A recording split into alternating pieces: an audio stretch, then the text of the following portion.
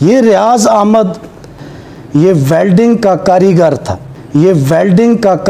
تھا، اور motor mechanic تھا،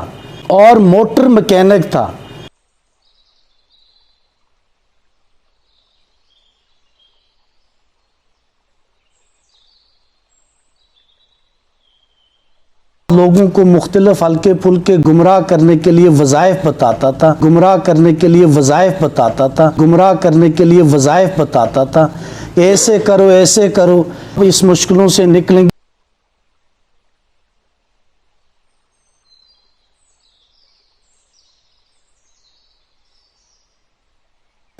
یہ ریاض احمد روحانی پیشوا بن گیا، اور کرتے کرتے اس نے اپنے آپ کو مہدی اور نبی ظاہر کر دی۔ نبوت کا دعوے دار ہے اور مہدی ہونے کا دعوے دار ہے۔ نبوت کا دعویٰ کرنے والے مہدی کا دعویٰ ختم نبوت کا انکاری ہے۔ اور یہ کہ آپ نے امام مہدی ہونے کا دعویٰ کر دیا ہے۔ میں نے کبھی نہیں کہا کہ میں امام مہدی ہوں، لیکن میں نے آج تک نہیں کہا۔ یہ صرف ان کی بغض اسد ہے۔ میں نے خود کو کبھی امام مہدی نہیں سمجھا، نہ ہی کبھی ایسا اعلان کیا ہے۔ کچھ کہتے ہیں کہ نبوت کے چکر میں حضور پاک کے بعد کوئی نبی نہیں آ سکتا، اور جو بھی دعویٰ کرے گا ہمارے نزدیک وہ کافر ہے۔ حضور پاک کے بعد کوئی نبی نہیں آ سکتا، اور جو بھی دعویٰ کرے گا ہمارے نزدیک وہ کافر ہے۔ وہ کہتے ہیں میں دنیا میں آنے سے پہلے بھی نبی تھا، اس دنیا میں آنے سے پہلے بھی نبی، اور دنیا کے جانے کے بعد بھی نبی، وہ عبدالآباد تک نبی ہیں۔ جی، میرا نام پیر حماد ریاض ہے، اور میں حضرت سیدنا ریاض احمد گور شاہی کا تیسرے نمبر پہ صاحبزادہ ہوں، اور اس وقت جو درگاہ گور شاہی ہے ان کا میں سجادہ نشین بھی ہوں۔ جیسے یہ کہا جاتا ہے کہ جو ریاض احمد گور شاہی صاحب تھے انہوں نے نبوت کا دعویٰ کیا تھا، اور اس طرح سے انہوں نے بتایا تھا کہ میں نبی ہوں، اور اس طرح سے پریٹینڈ کرتے تھے کہ جسے وہ نبوت کا دعویٰ کرتے تھے۔ تو کیا یہ بات سچ ہے یا غلط ہے؟ پہلے تو اس بات کو میں سے شروع کروں کہ جھوٹوں پر اللہ کی لعنت ہے۔ میرے والد صاحب نے اپنی پوری زندگی میں نہ کبھی ریٹن میں، نہ کسی خطاب میں، اور نہ ہی دل میں نبوت کا دعویٰ نہیں کیا۔ آقا عالم حضرت محمد مصطفیٰ صلی اللہ علیہ وسلم خاتم النبیین ہیں۔ میرے والد صاحب کا باضابطہ فرمان ہے، اور یہ بیان ہے جو اخباروں کی زینت بھی لگا، کہ جو بھی شخص حضور پاک کے بعد نبوت کا دعویٰ کرے وہ ہمارے نزدیک کافر و زندیق ہے۔ تو لہذا یہ الزام تو بے بنیاد رہا کہ انہوں نے نبوت کا دعویٰ کیا ہے۔ تو یہ جو خاص ایک مسلک تھا، اس مسلک کی جانب سے یہ میرے والد صاحب کی جو ہے وہ ذات کو نشانہ بنایا جاتا رہا۔ تو جو لوگ درگاہوں کے مخالف ہیں، صوفیزم کے مخالف ہیں، انہیں کی طرف سے یہ الزامات آتے رہے، لیکن الحمدللہ جب یہ الزامات آتے رہے اس وقت بھی ہم نے کاؤنٹر طور پہ الزامات کو تردید بھی دی اور ان کی مذمت بھی کی۔ چلیں، یہ بات تو ابھی کلیئر کر دیا آپ نے کہ ایسا کچھ نہیں تھا۔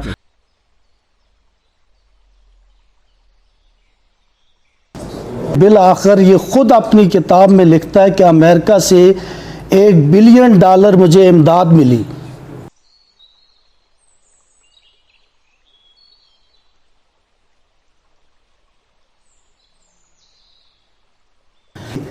انہوں نے باقاعدہ کلمہ بھی تبدیل کر دیا۔ اس پہ ان کی کتابوں میں لکھا ہے کہ لا الہ الا اللہ کے بعد محمد رسول اللہ نہیں بلکہ ریاض رسول اللہ لکھتے ہیں۔ اچھا جی، ابھی ایک بہت سا میرے دماغ میں بھی بات تھی اور آپ لوگوں کے دماغ میں بھی ہوگی کہ کیا ان کا کلمہ الگ ہوتا ہے۔ تو اب میں مسجد میں پہنچ چکا ہوں، تو مسجد کے انٹرنس پہ ہی کلمہ لکھا ہے، وہ میں آپ کو دکھاتا ہوں۔ پہلے میں آپ کو نام دکھاتا ہوں۔ انجمن سرفروز شان اسلام کے جو اس میں چلنے والی مسجد ہے، مرکزی جامع مسجد غوثیہ، اور یہ دیکھیں مسجد کا انٹرنس ہے، اور یہاں پہ پورا کلمہ لکھا ہے لا الہ الا اللہ محمد رسول اللہ۔ تو یہ دیکھ سکتے ہیں، یہ مسجد ہے، کلمے کا پورا کلمہ لکھا ہے ادھر، کوئی الگ کلمہ نہیں دیکھا میں نے۔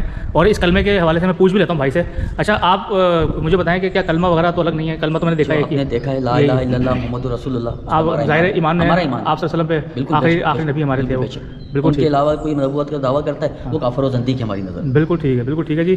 تو دیکھیں یہ مسجد بھی بنی ہے، اور یہاں پہ 5 وقت کی نماز پڑھائی جاتی ہے۔ تو دعا مانگو جی۔ بسم اللہ الرحمن الرحیم۔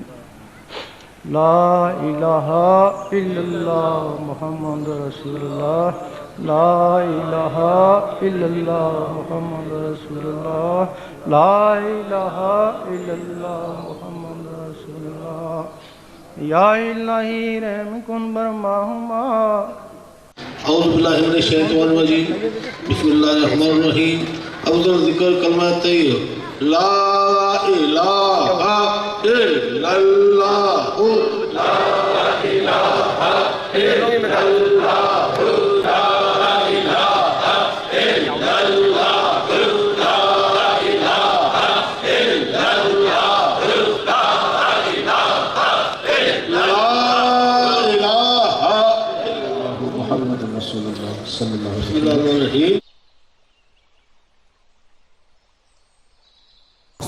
یہی آدمی ہے جو قرآن کریم کے بارے میں کہتا ہے قرآن کریم کے 30 پارے تو ان کے پاس لیکن 10 پارے میرے پاس ہیں مزید. سنا ہے کہ آپ قرآن پاک کے 30 نہیں بلکہ 40 پارے کہتے ہیں. شریعت محمدی ہے وہ تو 30 ہی ہیں. شریعت محمدی ہے وہ تو 30 ہی ہیں. شریعت محمدی ہے وہ تو 30 ہی ہیں.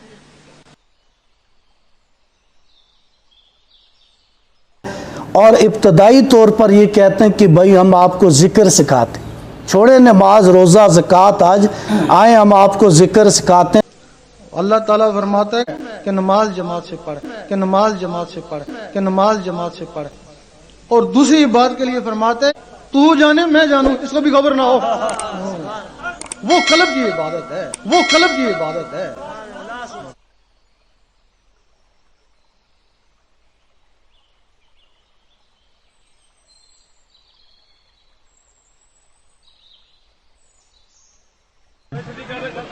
سفر پر درست کر لیں. اللہ اکبر اللہ اکبر اللہ اکبر اللہ اکبر اشہد ان لا الہ الا اللہ اشہد ان لا الہ الا اللہ اشہد ان محمد رسول اللہ اشہد ان محمد رسول اللہ حی علی الصلاۃ حی علی الصلاۃ حی علی الفلاح حی علی الفلاح قد قامت الصلاۃ قد قامت الصلاۃ اللہ اکبر لا الہ الا اللہ.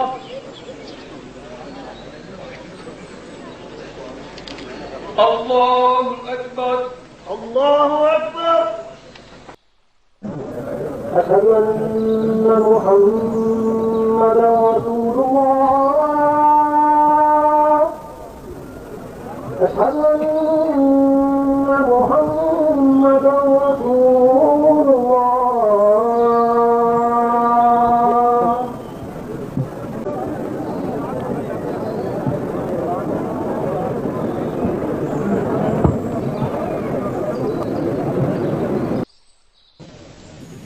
ہمارے نزدیک نماز کا منکر کافر ہے. تسکین تو ذکر قلب سے ہوتی ہے نا.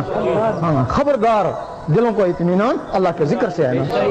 وہ کہتے ہیں یہ نماز کا منکر ہے ہم کہتے ہیں نماز کا منکر کافر ہوتا ہے. وہ کہتے ہیں ذکر پہ زور دیتا ہے ہم کہتے ہیں قرآن بھی ذکر پہ زور دیتا ہے. قرآن بھی کہتا ہے بے شمار ذکر کر اٹھتے بیٹھتے کر کرفٹیں کر خرید و فروخت میں اسے غافل نہ رہے. تو ہم نے کون سی ناک بات کہہ دی. صرف یہ ایک شیطان ہے جو ان لوگوں کے پیچھے چل گیا. ہم بانگے درا کہتے ہیں. ایک بزرگ تھا اس نے دیکھا ایک شیطان درخت کے نیچے سو رہا ہے. تو پوچھو بڑے اطمینان سے سو رہا ہے کیا ہے. اس نے کہا میرا سارا کام یہ مولوی کرے. مجھے ضرورت نہیں کرے نہیں تو فرقے بنا دیے کوئی حق کی آواز اٹھا اس کے پیچھے لگ جاتے ہیں. کوئی تحقیق کرو کہتا تو کیا ہے یہ ملو اسے بس. صحیح عالم بھی ہیں ہم ان کی عزت کرتے ہیں ہم ان کے خادم ہیں جو صحیح انصاف پسند عالم ہے. عالم وہ ہو جو اندر سے بھی عالم باہر سے بھی عالم. یہ جو فسق و فجور والے فتنے والے عالم یہ تو ہم کو وہی لگتے ہیں بس.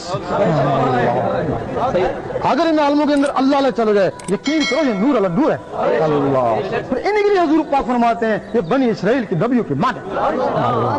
اگر نور نہ جائے تو پھر شیطان چلا جاتا ہے نا. تو پھر شیطان لڑاتا ہے مسلمانوں اب مروا رہا ہے لڑائے گا کیا. ہاں جی مولوی ذکر کرنے کے خلاف کیوں ہوتے ہیں؟ مولوی ذکر کرنے والے کے خلاف کیوں ہوتے ہیں؟ یہ ازلی دشمنی ہے ان کی.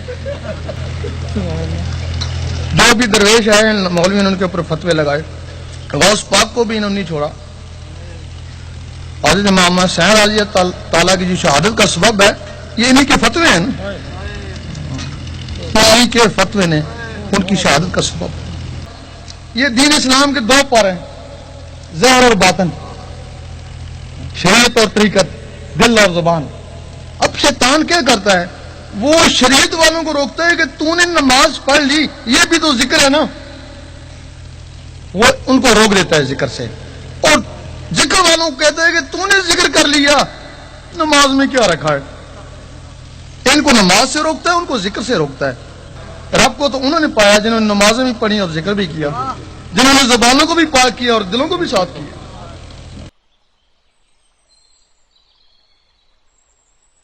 اس نے اپنی کتاب میں لکھا ہے کہ میں اپنے بارے میں لکھتا ہے کہ بھنگ چرس یہ حرام نہیں ہے، بھنگ چرس پی کر جو ہے روحانیت میں اضافہ ہوتا ہے۔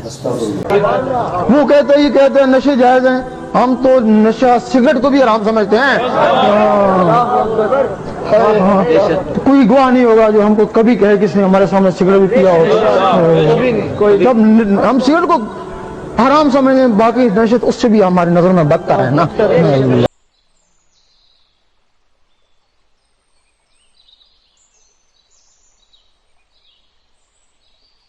محترم دوستان عزیز وقار، آج میں ایک اہم مسئلے کے حوالے سے آپ کی خدمت میں اپنی معلومات پیش کرنا چاہتا ہوں۔ حضرت گوہر شاہی ایک بڑے سلسلے کے پیر و مرشد جو ہے وہ پاکستان میں مانے جاتے ہیں، ان کے حوالے سے آپ کی خدمت میں عرض کرنا چاہتا ہوں۔ یہ ہے کہ دیکھیں، ہمیں تکفیر کے معاملے میں اور کسی کو کافر قرار دینے کے معاملے میں بہت ہی احتیاط سے کام لینا چاہیے۔ یہ کوئی معمولی مسئلہ نہیں ہے۔ ہمارے جو ہے وہ علماء نے یہ کہا ہے کہ اگر کسی شخص میں 99 چیزیں ایسی موجود ہوں جو اس کی کفر پر دلالت کرتی ہوں اور ایک چیز ایسی ہو جو اس کے ایمان پر دلالت کرتی ہو، تو پھر ہم اس ایک کو لے گے اور اس کو ہم کافر قرار جو ہے وہ نہیں دیں گے۔ اسی طرح ہمارے فقہ کے عظیم الشان امام حضرت امام اعظم ابو حنیفہ علیہ الرحمہ نے واضح طور پر جو ہے وہ حکم دیا ہے کہ لا نکفر اہل القبلۃ، ہم اہل قبلہ کی تکفیر نہیں کریں گے، یعنی جو قبلہ کی طرف منہ کر کے نماز پڑھتے ہوں اور اللہ کو سجدہ کرتے ہوں اور اس کو خانہ خدا مانتے ہوں، ہم ان کو کافر جو ہے وہ نہیں کہہ سکتے۔ میں کراچی کے دورے پر تھا تو اتفاقاً ایسا ہوا کہ ان کے کچھ لوگ جو ہے وہ میرے پاس آئے جہاں میں ٹھہرا ہوا تھا، تو وہاں پہ بڑی تفصیل کے ساتھ جو ہے وہ حضرت گوہر شاہی کے جو مریدین تھے انہوں نے میرے ساتھ جو ہے وہ بات کی اور کچھ اپنے مسائل انہوں نے بیان کیے، تو میں نے مناسب سمجھا کہ میں ان سے گزارش کروں کہ آپ مجھے جو ہے وہ لے جائیں اور کسی صاحبزادے سے مجھے ملائیں اور مجھے ان سے کویسچننگ کرنی ہے، سوال و جوابات کرنے ہیں۔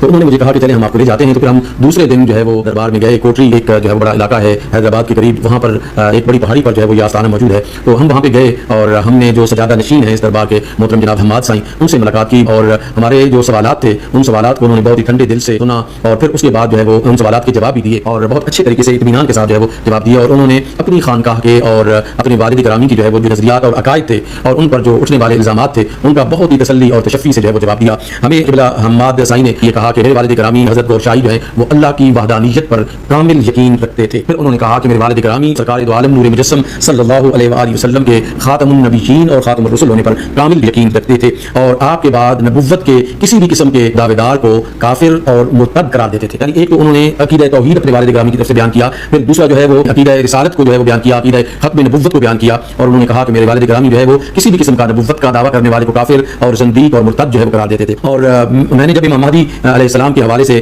جو ہے وہ سوال کیا کہ آپ کے والد گرامی کے بارے میں یہ بات بھی مشہور ہے کہ انہوں نے مہدویت کا جو ہے وہ دعویٰ کیا، تو انہوں نے بالکل قطعاً یکسر جو ہے وہ اس کا انکار کیا کہ میرے والد گرامی نے جو ہے وہ کبھی بھی امام مہدی ہونے کا جو ہے وہ دعویٰ نہیں کیا، اور ہم بھی اپنے والد گرامی کے ان عقائد پر مکمل طور پر عمل پیرا ہیں اور ہم سر منہ انحراف نہیں ہے ان تمام ایمانیات سے جو ایک مسلمان کی ضروریات میں شامل ہیں، اس کے دین کی دینی ضروریات میں، اس کے ایمان کی ضروریات میں جو ہے وہ شامل ہیں۔ ہم اللہ کی وحدانیت پر، ہم رسول اللہ کی رسالت پر، آپ کے خاتم النبیین ہونے پر اور قیامت کے جو ہے وہ وقوع پر اور دیگر جو ہماری ایمانیات ہیں ان پر مکمل طور پر جو ہے وہ عمل پیرا ہیں اور ہم ان کو ایمانیات کی ضرورت سمجھتے ہیں۔ تو پھر میں نے ان سے سوال کیا کہ پھر یہ جب آپ کے اتنے کھلے اور واضح عقائد ہیں تو پھر جو ہے وہ آپ کو اس طرح کے جو مسائل کا یا آپ کے والد گرامی کو جو ہے وہ ان مسائل کا جو ہے وہ سامنا کرنا پڑا؟ تو انہوں نے مجھے جواب دیا کہ یہ محض جو ہے وہ حضرت پیر اعظم گوہر شاہی جو ہیں ان کے خلاف یہ مذہبی فرقہ وارانہ تعصب تھا اور سیاسی دشمنی کی بنا پر جو ہے وہ ان پر ایسے فتاوی جڑے گئے ہیں، اور ایک دوسرے مکتبہ فکر نے، خاص مکتبہ فکر نے جو ہے وہ ہمارے والد گرامی پر جو ہے وہ یہ فتاوی لگائے ہیں جن کی کوئی حقیقت نہیں ہے۔ میرے ایک سوال پر پیر حماد سائیں نے مجھے جب میں نے ان سے یہ سوال کیا کہ جو آپ کے والد گرامی نے کتب لکھی ہیں ان کتب پر جو ہے وہ بہت سارے شکوک و شبہات جو ہے وہ لوگوں نے پیدا کیے ہیں اور خصوصاً جو ہے عالمی مجلس ختم نبوت کے لوگوں نے جو ہے وہ اس پر بڑے اعتراضات کیے ہیں، تو انہوں نے کہا کہ اس پر بھی ہم نے جو ہے وہ بہت کام کیا ہے اور اہل سنت کے بہت ہی جلیل القدر جو ہمارے علماء ہیں ان کی طرف ہم نے رجوع کیا ہے اور ہم نے کھلے طور پر کہا ہے کہ جو بھی کسی قسم کا بھی معمولی سا شک جو ہے وہ عقیدے کے حوالے سے میرے والد گرامی کی کتب میں اگر ہے تو ہم اس کو ختم کرنے کے لیے تیار ہیں، اور اس کے لیے جو ہے وہ حضرت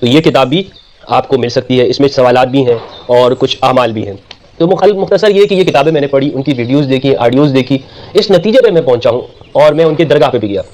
ان سے جو وابستہ لوگ ہیں ان سے بھی پوچھا, مختلف جگہوں پر, مختلف نشستوں کے اندر, مختلف مرحلوں میں, اور ان کی مجلسوں میں شریک ہو کر کہ آپ کا ان چیزوں پہ کیا عقیدہ ہے اور آپ کا کیا کہنا ہے. تو ان کا یہی تھا کہ جناب سید ریاض احمد گور شاہی صاحب جو ہے ان کے بارے میں مہدیت کی جو بات کرنا, تو وہ اس طرح انہوں نے کہیں پر یہ بات نہیں کی ہے, اور جو فقیروں کا اور صوفیاء کا جو مشرب ہے اسی کے اوپر یہ ان کا طریقہ ہے. البتہ یہ کہ ذکر کے اندر یہ ذکر قلبی جو ہے وہ کے اوپر یقین رکھتے ہیں کہ آپ کا قلب ہی ذکر ہے, اور میں نے جو ویڈیوز دیکھی اس میں اسی کے اوپر انہوں نے زور دیا ہے کہ آپ کا ذکر جو ہے وہ قلب کے اندر سے ہونا چاہیے, لسان کا اور یہ چیزیں وہ بھی آپ کر سکتے ہیں, لیکن بہتر اور افضل یہ ہے کہ آپ کا دل آپ کی گواہی دے, کہ آپ کے دل سے تصدیق کی آوازیں آئیں. تو جناب سید ریاض احمد گور شاہی صاحب کی میں نے ان چیزوں کو دیکھنے کے بعد میں اس نتیجے پہ پہنچا ہوں کہ اس طرح کی باتیں ان کے بارے میں منسوب کرنا یہ ایک اچھی بات نہیں ہے, اور میں نے اس طرح کی چیزیں ان کے بارے میں جو سن رکھی تھی وہ میری غلط فہمیاں دور ہو گئی, اور ان کے بارے میں اگر آپ بھی تحقیق کریں تو ان کتابوں کو آپ لے کر اس کو پڑھ کے آپ ان کے بارے میں فیصلہ کریں. کچھ لوگ ایسے ہیں جو ان کی طرف اپنے آپ کو منسوب کرتے ہیں اور وہ اس طرح کی باتیں کرتے ہیں, لیکن جو پاکستان کے اندر جو یہ سلسلہ ہے, اس کے جو ان کے صاحبزادگان یہاں پہ موجود ہیں, تو وہ ان ساری باتوں کا انکار کرتے ہیں کہ اس طرح کی چیزوں سے ہمارا تعلق نہیں ہے, اور ہمارا وہی مسلک اور مشرب ہے کہ جو شریعت کے اندر, اسلام کے اندر بتایا گیا ہے. تو یہ ویڈیو تھی دوستوں میری رائے کہ میں نے ان کو کیسا پایا, ان کی کتابوں کو میں نے کیسا پایا ہے, اور اس کے اندر سے کیا مجھے معلوم ہے. میں نے چاہا کہ آپ لوگوں کے ساتھ میری امانت و دیانت کا تقاضا یہ ہے کہ آپ لوگوں کے ساتھ شیئر کر لوں, اور میں ان کے جو مزار کے اوپر گیا تو وہاں پر بھی میں نے ذکر ہوتے ہوئے دیکھا, حضور غوث الاعظم کی منقبت میں نے وہاں سنی, ذکر جہر وہاں پہ سنا, نمازیں وہ پڑھ رہے ہیں, یہ بھی کہا جاتا ہے کہ نمازوں کا بھی انکار کرتے تھے وغیرہ وغیرہ. وہاں مسجد بھی ہے, مدرسہ بھی ہے, اور تمام جو چیزیں ہیں وہاں پر اسلام کے اندر جو ہے اس کے مطابق پائی جاتی ہیں. تو غلط فہمیاں جو ہے وہاں سے پیدا ہوتی ہیں کہ جب ہم سنی سنائی باتوں کو آگے پہنچاتے ہیں. تو میں نے اس چیز کو دیکھتے ہوئے کہ سنی سنائی میں بھی یقین کیا ہوا تھا کہ جی ایسا ہے, لیکن جب میں نے دیکھا تو اس طرح کی کوئی چیز مجھے نہیں ملی, اس لیے میں نے آپ لوگوں کے سامنے اس چیز کو رکھ دیا ہے. تو میں ایک ذمہ داری کے ساتھ یہ بات کر رہا ہوں, اسٹڈی کرنے کے بعد, تحقیق کے بعد آپ لوگوں کے سامنے ایک ذمہ دار شخص کی حیثیت سے امانتاً یہ بات کر رہا ہوں کہ میں نے ان کتابوں کے اندر ایسا کچھ نہیں پایا. ہاں, جو صوفیاء کی جو واردات قلبی ہوتی ہیں وہ اس کے اندر موجود ہے, لیکن وہ آپ جتنی بھی تصوف کی کتابیں دیکھیں گے جو اسپرچولیٹی کی اوپر ہے, تو اس میں روحانی درجات اور مراتب اس طرح کے ہوتے ہیں جو عام لوگوں کو چیزوں کو سمجھ میں نہیں آتے. خود قرآن مجید کے اندر حضرت خضر اور حضرت موسیٰ علیہ السلام کا واقعہ موجود ہے. حضرت موسیٰ کو بھی حضرت خضر کی باتوں کی حکمت اور اس کے مقصد سمجھ میں نہیں آیا, اور جب پوچھا تو حضرت خضر نے کہا کہ میں آپ سے نہیں کہتا تھا کہ تم مجھ سے بار بار سوال کرو گے اور میرے ساتھ گزارا نہیں کر سکتے. تو پھر اس کو حضرت موسیٰ کو حضرت خضر نے ان چیزوں کی حکمتیں بیان کی. تو قرآن کے اندر اس علم باطن اور علم لدنی کی جو ہے وہ تفصیل موجود ہے. تو یہ جو باطن ہے اس کو صرف اور صرف اس لیے انکار کر دینا کہ جی ہماری سمجھ میں نہیں آتا, یا ہمارے دور میں ہو رہا ہے, یا ہم اثر ہونے کی وجہ سے اس سے اختلاف کیا جائے, تو یہ بات مناسب نہیں ہے. تحقیق کرنا چاہیے, تحقیق کے بعد ہی کسی چیز کو آگے ہمیں فارورڈ کرنا چاہیے. بغیر کسی تحقیق کیے ہوئے گفتگو کرنا یہ بالکل بھی زیب نہیں دیتا. میں علماء کرام سے ہاتھ جوڑ کے درخواست کرتا ہوں کہ آپ ان کتابوں کو پڑھیے اور پھر اس کے بعد سے اپنی رائے دیجیے. السلام علیکم ورحمۃ اللہ وبرکاتہ. اللہ کے ولی کی درگاہ پہ جو بھی آتا ہے اپنے دل کی مرادیں ملتی ہیں. ہم صاحبزادگان اپنے برادر پیر حماد گور شاہی صاحب کے ساتھ ہیں, اور ان کے مشن میں ہم ان کے ساتھ کامزن ہیں, اور ہماری آنے والی نسلیں بھی ان کے ساتھ ہیں. مخالفین کو یہ دکھانا چاہتا ہوں کہ یہاں پر آگے دیکھیں کہ یہاں پر کوئی غیر شرعی کام نہیں ہوا ہے, یہاں پر کوئی غیر شرعی محفل نہیں ہوئی ہے. ساری تقریریں, ساری محفلیں, ساری نعت خوانی وغیرہ اللہ اور اس کے رسول صلی اللہ علیہ وسلم کے احکامات کے مطابق ہوئی ہیں. یہاں کل سے لے کر اب تک اللہ کے ذکر کی محفلیں ہو رہی ہیں, نعت خوانی ہو رہی ہے, درود شریف ہو رہے ہیں, اور کلمے کا ورد ہو رہا ہے. ہر نماز کے بعد, کل ظہر کے بعد بھی ہوا, عصر کے بعد بھی ہوا, مغرب کے بعد بھی ہوا ہے. نمازیں بھی با جماعت ہو رہی ہے, علماء کے خطاب بھی ہو رہے ہیں, صرف اللہ کی بات ہو رہی ہے. محمود صاحب کے حماد گور شاہی کے حکم کے بطور خطیب یہاں حاضر ہوا ہوں. الحمدللہ یہاں کوئی ہم نے خلاف شرع کام نہیں دیکھا. میں آپ کو پتہ ہے دنیا کی عظیم تنظیم تحریک منہاج القرآن حضور شیخ الاسلام ڈاکٹر طاہر القادری صاحب کا ادنا کارکن کی حیثیت سے میں نے یہاں پہ حاضری دی ہے. تو بڑا اچھا یہاں پہ سیٹ اپ ہے, بہت اچھا وہ ایک ایمانی جذبہ یہاں پہ پیدا ہوتا ہے. سب سے بڑی بات یہ ہے کہ آپ کا قلب مسلمان نہیں تو آپ کے چہرے اللہ تعالیٰ کو اس کی ضرورت نہیں ہے. اللہ تعالیٰ نہ آپ کے چہروں کو دیکھتا ہے نہ آپ کے ذات پات کو دیکھتا ہے. اللہ تعالیٰ صرف آپ کے دلوں کو دیکھتا ہے, اور یہاں پہ ٹوٹے ہوئے دلوں کو جوڑنے کا بہترین کام ہو رہا ہے. الحمدللہ.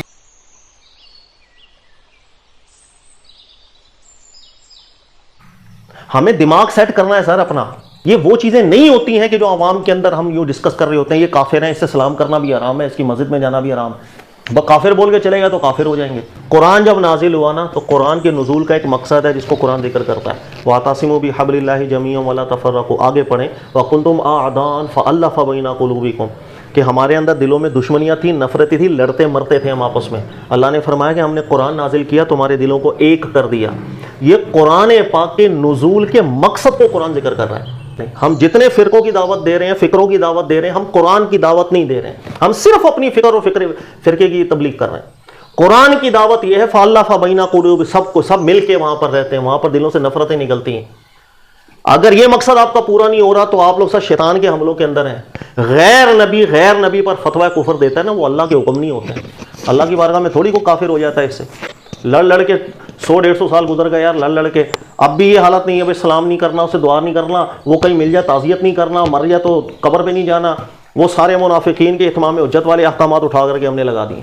دوبارہ میں اس حوالے پر آتا ہوں. نماز میں نبی علیہ السلام کا خیال آ جائے جانوروں کے خیال سے بدتر ہے. اس سے زیادہ سری بے ادبی والی جملہ ملا آپ کو کوئی؟ رپلائی کریں. اس سے زیادہ بری عبارت کوئی اور ہے؟ نہیں ہے. اس کے اوپر انہوں نے کیا فتویٰ دیا؟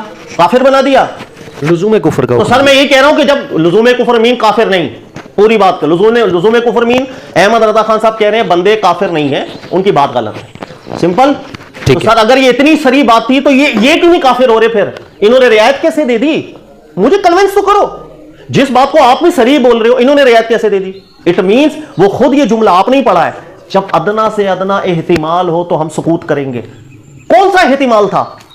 احتمال تھا تو وہ لزوم کی طرف بات کر رہے ہیں نا یار. نماز میں نبی علیہ السلام کے خیال کو جانو, اس سے زیادہ بری عبارت دنیا میں اور کوئی نہیں ہو سکتی. اس پر بھی لزوم کا فتویٰ کہہ رہے ہیں میں قائل کو کافر نہیں بولوں گا. ختم ہو گئی بات. احمد رضا خان صاحب کی جو عبارت میں نے آپ کو پڑھا دی ہے کہ اس عبارت کو لزوم میں کیسے لے کے گئے. آج یہاں لزوم کی کوئی بات کرے یہ کافر ہو جائے. احمد رضا خان صاحب نے خود لزوم کی بات کی ہے, قائل کو کافر تو نہیں کہا. ابھی بھائی مسئلے بیٹھ کے حل ہوتے ہیں نا. آج تو ہر بندہ کافر ہی لگا ہوا ہے, اور احمد رضا کا ہی حوالہ دے کے کافر ایک دوسرے کو بنایا ہوا ہے. سر یہی چیز سبحان ثبوت رسالہ جو آپ بیان کریں اس کے اندر بھی 72 کفر گنوائے. آخر جا کے دوبارہ پڑھیے گا اس رسالے کا بھی, کہا کہ میں قائل کو کافر پھر بھی نہیں بول رہا. سر یہ مزاج اگر ہوتا تو آج ہمارے دماغ الگ ہوتے ہیں. کافر کے چکروں کے اندر ہم نہیں پڑتے. صراط مستقیم, تقویت الایمان, گندی سے گندی عبارت, بہت فحش, بہت گستاخی پر مبنی انداز. میں خود کس چیز کا قائل ہوں, انداز اچھے نہیں ہے. دوبارہ ریپیٹ کر رہا ہوں کہ اللہ کے نبی علیہ السلام کا خیال آ جائے نماز میں, وہ والی عبارت بہت نازیبا عبارت, وہ لا کے بھی القوقب الشہابیہ رسالے کا آخری صفحے کے اندر کہہ رہے ہیں میں پھر بھی قائل کو کافر نہیں کہتا. تیسرا حوالہ میں نے آپ کو دوبارہ دیا ابھی غیر مقلدین کے حوالے سے, کہ ان کے بھی کفریات گنوا کر رسالے کے آخر میں ذکر کر رہے ہیں کہ ہم خدا کی قسم دامن احتیاط نہیں جانے دیتے, ہم نہیں کافر بولتے. صرف یہ مزاج اس بندے کا دیکھو گے تو آپ حیران ہو جاؤ گے. سبحان ثبوت رسالے کے اندر بھی 72 کفر گنوا کے ایٹ دا اینڈ اس نے بولا میں کافر نہیں بولوں گا. اب نہ احتمال بھی ہوگا میں کافر نہیں بولوں گا, اس لیے وہاں پر بھی لزوم کی بات کر کے چپ ہو گئے. صرف ان کے ان اندازوں کو پڑھیں گے آپ کو لگے گا اللہ کی قسم یہ واقعی بہت بڑا عالم تھا, یہ سمجھتا تھا کسی کو کافر کہنا کتنی بڑی ایک مصیبت ہے.